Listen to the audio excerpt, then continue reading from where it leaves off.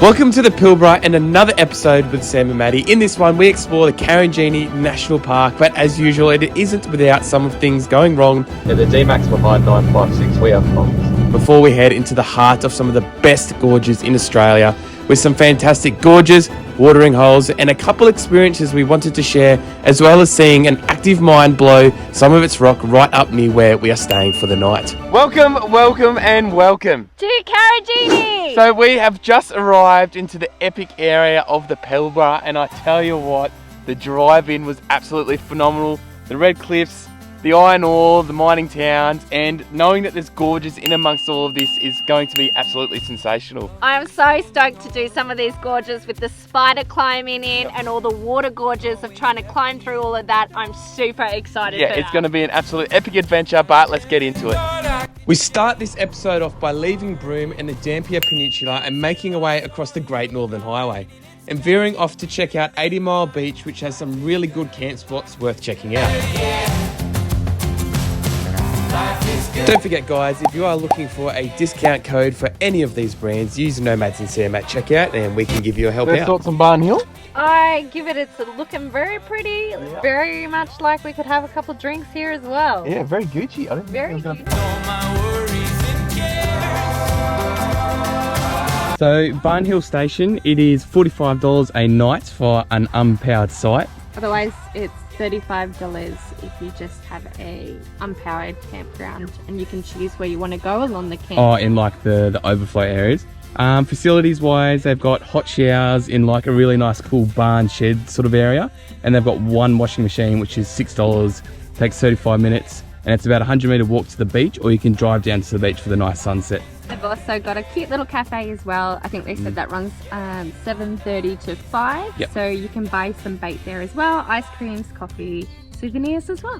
Taking off the next morning, we thought it would be a good idea to have a quick cup of coffee before we left, but then we had our first ever bogging happens. You want to just tell me if it's worth to keep going? Yeah. Go, go, go, go, go, go! Yay! Woo! It took me 2 attempts, but I got it in the end. We do all this beach driving, and this is your first time. I know, getting first bogged. time bogged, and that's like proper soft sand. That'll teach me probably going down to 25 PSI and getting cocky. But let's do a Yui before that tide comes, you know. The most random thing has just happened, so weird. The side of our little water fill-ups come off, so if I don't want to waste too much water, but otherwise... We're plugging it and that's what happens. It's so random. I don't remember hitting anything. Bit of a dodgy side road job on the way, and she was good to go. Fixed.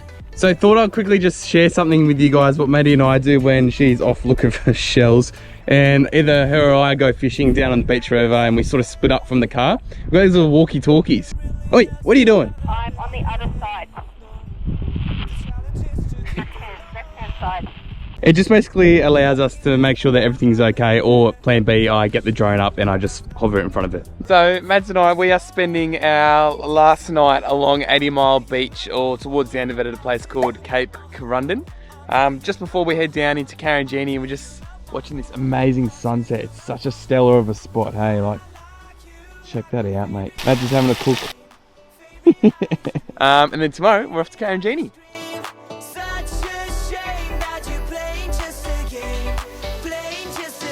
So we're just having a real quick stop in here at a place called Port Hedland just before we head down to Karijini, and we're at the place called Cemetery Beach Park, and it's so nice. Hey, the town itself seems to have like a big mining culture to it, BHP, Rio Tinto. As you drive in, heaps of iron ore, salt flat, stuff like that. If you come to this point that I just mentioned, there's like a little turtle point lookout that's just over there, and there'll be 5 or 6 turtles hanging out. And what are we making for lunch there, Madasu? Just serene ham, cheese, salad rolls. Yum. Now, a bit of a side story here. Maddie decided to be the one to drive into Karijini itself, but as we know, she isn't the most confident driver, and her worst nightmare happened. And for those that don't know, massive wide loads and road trains are often escorted by police up here on the top end of Australia, as to which you need to wait with comms to go around, but then overtake literal 80-metre long trucks that take up 80% of the road in width. Yeah, the DMAX behind 956, we have problems. 2 at 8.5 there, guys. If you can Pull up first, please. Copy that. Thank you. Hold on, Joe. Thank you. Are you going to be able to do that? Yeah, we can't go under it. Yeah, you go, mate. There's plenty of room there for you now. Like, set it target 4. You set that. Flat. Yeah, you do. Yeah, copy. Thanks, mate. You waved, you waved. Yeah. How's that? How do you feel? I got 3 giant road trains, the ones that took up both lanes. Yeah, so basically what happened there was we got stuck behind 2.85 by the sounds of it over the radio, wide vehicles carrying something, and then we were stuck behind a road train before that for about 45 minutes. So we had the comms, UHF on 40, so we could listen to all of everything going on, and then as you just saw there, we were just making sure we're in comms and being like, oh, we're right to follow through that road train, and then the road train allowed us to follow over that, and then now at the moment we've still got one vehicle in front of us which seems to be the lead, basically just coordinating the back, and just such an interesting experience because there's hundreds of meters of overtaking you got to do with such large vehicles as well, and they're all talking between one another, and that's another reason why UHF, baby. Do you reckon we could get that on our car? Yeah. Well, I know I'm gonna be the man who wakes up next to you when I go out. Yeah, I know I'm gonna be the man who goes along with you. If I get drunk, well, I know I'm gonna be the man who gets drunk next to you. And if I haver, yeah, I know. Alright, so just a little bit of info as to where to stay here in Karijini. There's 2 main areas. You've got Dale's Campground, which is where we're staying at, and there's a few different little spots around the area. Some have the generator and the non-generator, and we couldn't get all 3 nights at one site, 3 months booked out. So make sure you get in early. We're staying at one called Walu and then Euro, which is closer to a couple of the river retreat walk areas. Another spot you can stay at is the Karijini Eco Retreat. That will be $22 per adult per night. Yeah, I forgot to add in there, mine's like $12 per adult per night, so it's cheaper. But the difference between the two is obviously there's a lot more facilities at the retreat rather than here where it's just your lovely dump toilet. Yeah, so they have like, it's more of a caravan park style, so you got your washing machines, they've got actual dinner facilities there.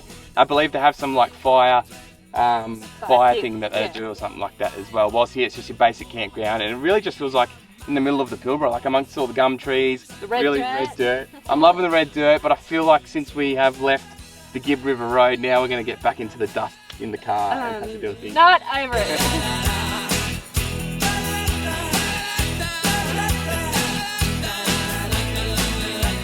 Whilst on the topic of where to stay, there is an optional free camp just on the outskirts of the national park called Mount Bruce Central Book Camp. This adds maybe an extra 20 minutes drive, but it is quite close to the highway, so it does incur a little bit of road noise with the road trains going throughout the night, but it does provide some absolutely spectacular views.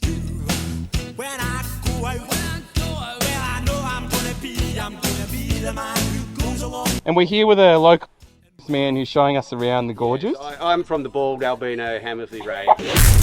Rightio, so day one here in Karijini. Plan for the day is we're going to go right to the centre of Karijini where all the main gorges are, and hit up the main ones for today. We're going to be doing Hancock Gorge To Kermits Pool, which is about 1.5 k's, and they say it's a 2-hour return walk. And then we've just quickly gone and checked out some of the lookouts at the moment. So we've just done Winnow, the lookout there, which is 600 metres from the car park. Easy walk, yeah. Easy walk, though one section to check out one of the gorges is closed because of a millipede infestation. Yeah, absolutely. And then we're going to go to Knox Gorge, which is a 2-kilometre return trip, and then just head out to, I think it's called Joffre Falls, which is just another local really short trip as well.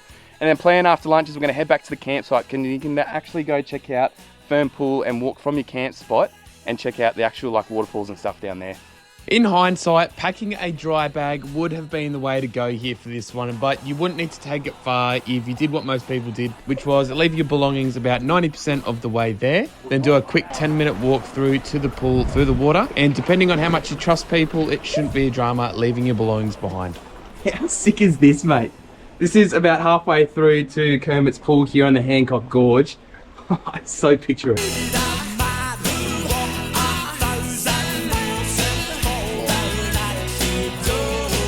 What are your thoughts on the swim, Mads? It was cold, but gorgeous. I thought you were going to do it one-armed. Push up, clap. Yay!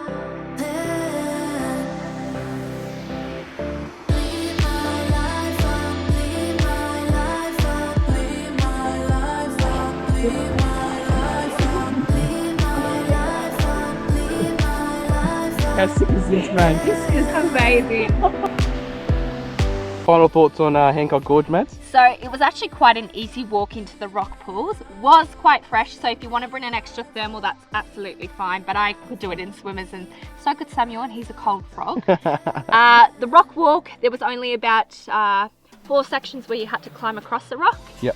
1 section where you did have to swim, and at the end, if you go under the chain, you can have a great view where you can take an awesome Yeah, photo. that was pretty nice, absolutely. And it was only about knee height the whole way. It was Yeah. just the last bit there if you wanted to swim that you actually had to swim. Rocks were slippery in some sections, so if you need to wear reef shoes, I do recommend so.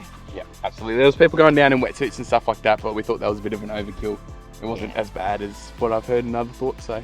And lots of little water slides if you want to slide down. All right, so we're on our way to Knox Gorge, and we just quickly checked out Joffre Falls, whatever it is. So you can either walk down from the eco retreat side to go down into the waterfall area. There was like minimal water, and the water looked a bit grubby. But more importantly, there's like 1,000 people walking down there at the same time. So we thought we'd give that one a miss. We just went and checked out the lookout, which is about 150 metres from the car park. Yeah, so we're heading to the Knox Gorge at the moment. And how many kilometres is that one? I don't know. It's Tuesday, another day back.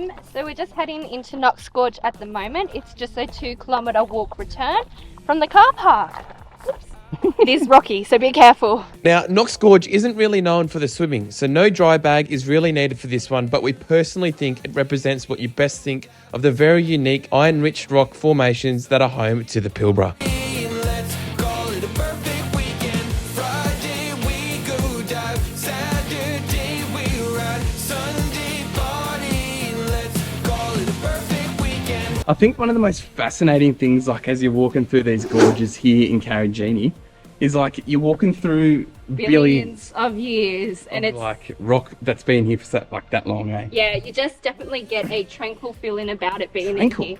Yeah, big words.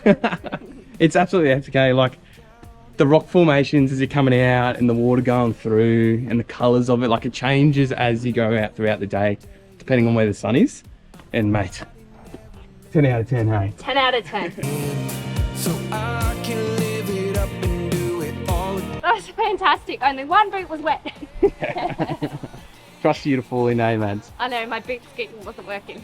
Absolutely beautiful, mate. Love going down the stratigraphic profile of the ironstone sequence in Hamersley Gorge, in the gorge. All right, so before we tackle this massive climb back up to finish the rest of that walk, I tell you what, Knox Gorge is definitely the most underrated and under-researched one we did on this trip, eh? If you're a little bit naughty like us and went further down a little bit with some butt scooting, amazing Yeah, view. that view at the end where you overlook like the bit that you can abseil down, 10 out of 10, hot tip.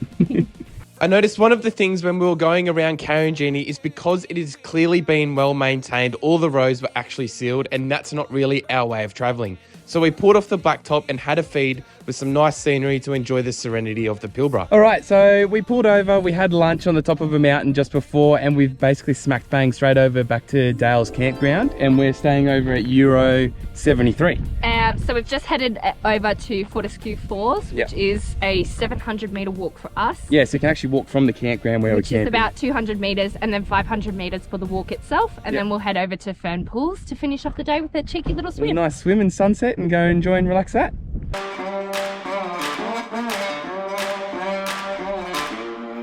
So I always think Samuel has a bit of a hearing problem because on track always he's asking, oh, are we going to here? He just asked, oh, are we going to Circular Pool? And I said, no mate, again, it's closed.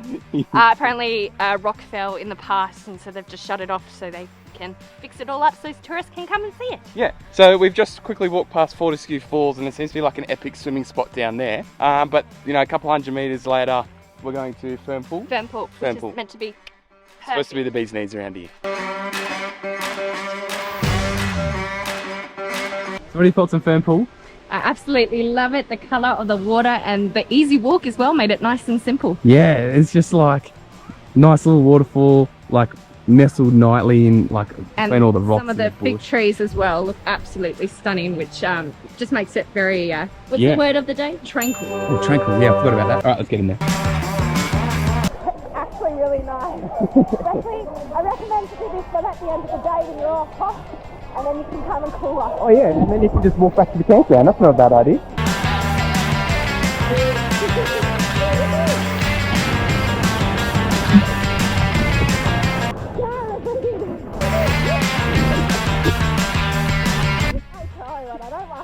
So apparently, fish fighting is a thing here. Clean up your feet. Walking back to the campsites and taking in the beautiful views of the Pilbara between the rock formations, sun setting and the changes of the colours to the views, we decided to call it a night for the early wake up the next morning to venture out to some of the most iconic locations the Karijini National Park has to add.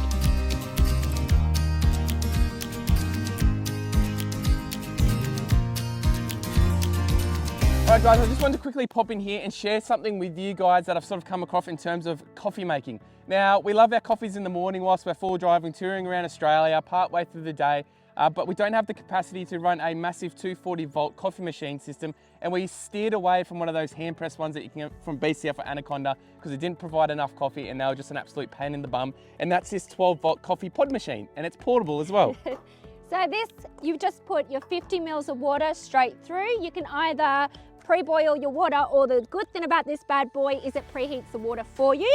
Now it does come with its own portable cup, or you can choose if you want to do your own special cup. And then you just unscrew the bottom here, and if you're a pod lover or a grounded coffee lover, you can swap out depending what you prefer. But I love it because it's just so tiny to take if you're going hiking or just don't have any room in your car like we do. Now, the real question is, how good of a coffee does it make? Because I know when you go out bush, you always feel like you're sacrificing the quality of your coffee. And I'm actually like pretty stoked with this. You get like an amazing crema right at the top. You can add like 2 shots into your thing straight away. And what's even better is they actually provide with you when you buy it is this little like information pack, and it tells you everything about it. If you use 50 mils of cold water, you can get up to 4 to 5 cups with the machine. But if you boil the water, you can get actually up to 200 cups with the battery life in amongst it as well. And we also got a cheeky discount for you guys. It's NAS, 10% off. Go onto their website. It's good to go. Good morning. So today we're going to head to Hamersley. I can never say Hamersley. Hamersley Gorge, and then we'll check out Karijini Gorge as well, because we had a hot tip that apparently it's quite nice and usually forgotten as well.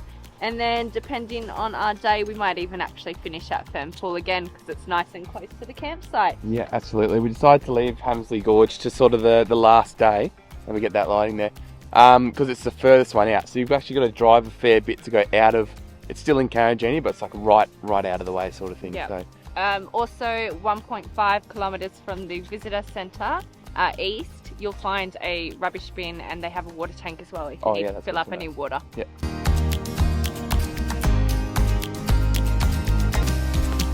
We deliberately left Hamersley Gorge to one of the days where we had a lot of spare time, as this does take a good hour to drive to, plus it's more of a swimming hole compared to the others. And this is the reason why Maddie has decided to bring a tyre tube to float on.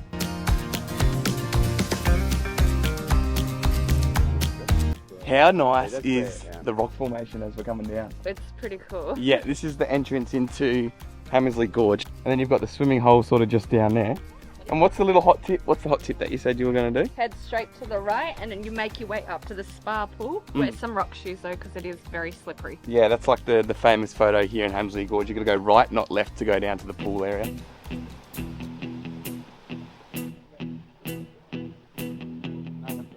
When I wake up, well, I know I'm gonna be the man who wakes up next to you.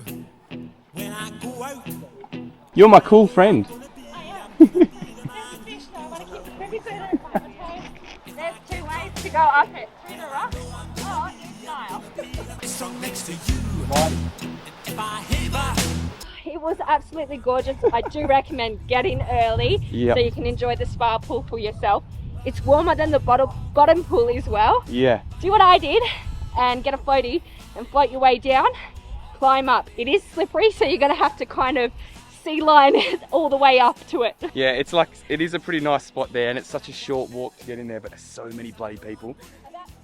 We're just climbing up the side. You can go up to the top, and there's actually little pools down there that we're gonna go chill in. That's above like that photo section as well, so then you can get away from the crowds for a bit. Penny on to you. When I come home, oh, I know I'm gonna be the man who comes back home to you. And if I broke, well, I know I'm gonna be the man who's going over you. The sloth or the angel? The angelic sloth. The angelic sloth. So this is the other pool that you can go to when you go down the left-hand side.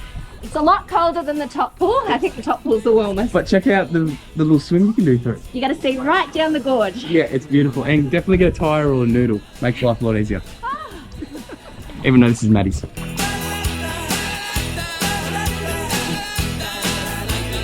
All right, well, Hamersley Gorge was like a real big drive to get here. Only 45 minutes or so. But a very short walk. Yeah, it was so short to get. 600 metres from the car park. Yeah, and left, right, both sides real beautiful. The left side's better for swimming. Left right side's better to float along on a pool floaty down the gorge. Yeah, and the right side's definitely better for like, I'd say your classic. I know I'm gonna be the man who goes along with you. And when I come home, yes, I know I'm gonna Fucking beautiful, mate. the man who comes back home with you. I'm gonna be the man who's coming home with you. But I would. All right, so plan for the Savo. Mads and I from Hamersley Gorge, we made our way into Tom Price because we had to fill up. We're getting low on fuel, as well as we had to drop into the pharmacy to get just a couple of alcohol swabs and band-aids and stereo strips and stuff, because we had a couple lacerations that we had to deal with that weren't healing as well as we thought we did. So we've popped into camp as we're at a different camp, third night in a row, third different camp, very annoying, but Euro 89. And we're doing the Gorge Rim Walk at the Dales Day Use area where Circular Pool used to be.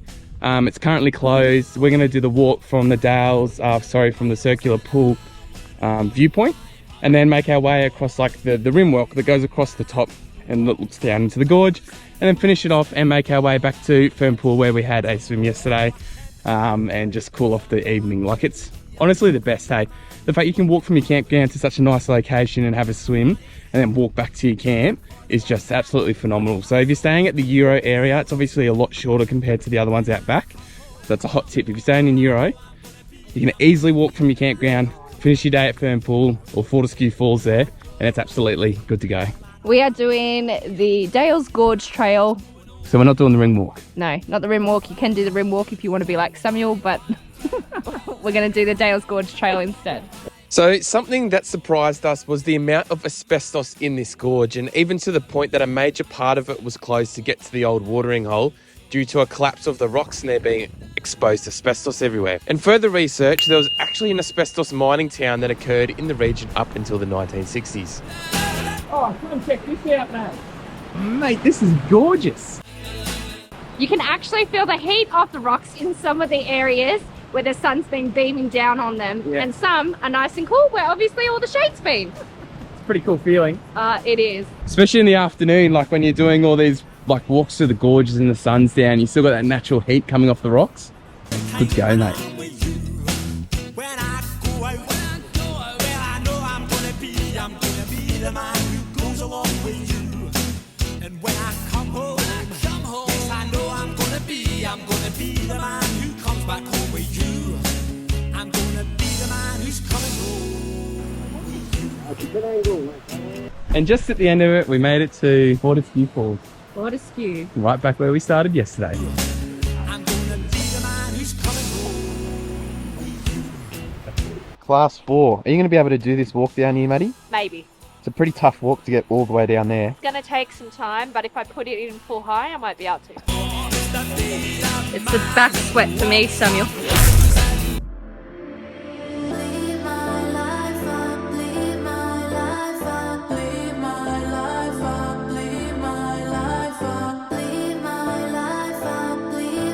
Now, guys, I wanted to put this campground in the video because of it being hands down in our top 3 campsite locations in the whole of Australia. Big call, I know, but being able to get off the beaten track on top of a hill with the backdrop of the iconic Pilbara on display, it was just absolutely phenomenal. And if you have a look on Wikicamps, this one is known as the Tiger's Eye Campground. And we ended up staying 2 nights here. How bloody good is this?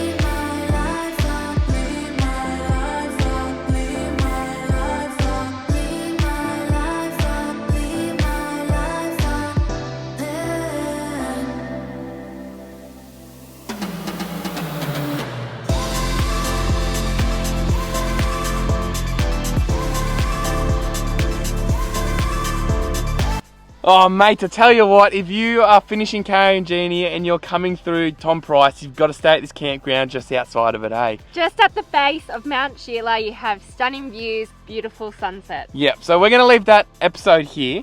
I'll quickly drop in the exact location of this campsite because you can get right up to the top and stay, literally as Maddie just said, underneath the mountain here. You get wicked sunsets as well. But favourite gorge out of Karijini? Definitely Dale's Gorge. It was a lovely, cool walk under at the end of the day, and ending up at Fern Pool at the end was pretty special. Yeah, right near campground as well. I think mine's Knox Gorge because you get all those really cool cliff formations that you can sort of slide through and go through the waterfalls. Next episode, Exmouth, Ningaloo Reef, boating, fishing, spearfishing, all the epic stuff. So excited.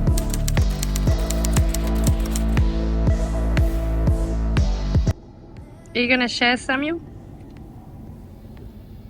Not shy. Not shy at all.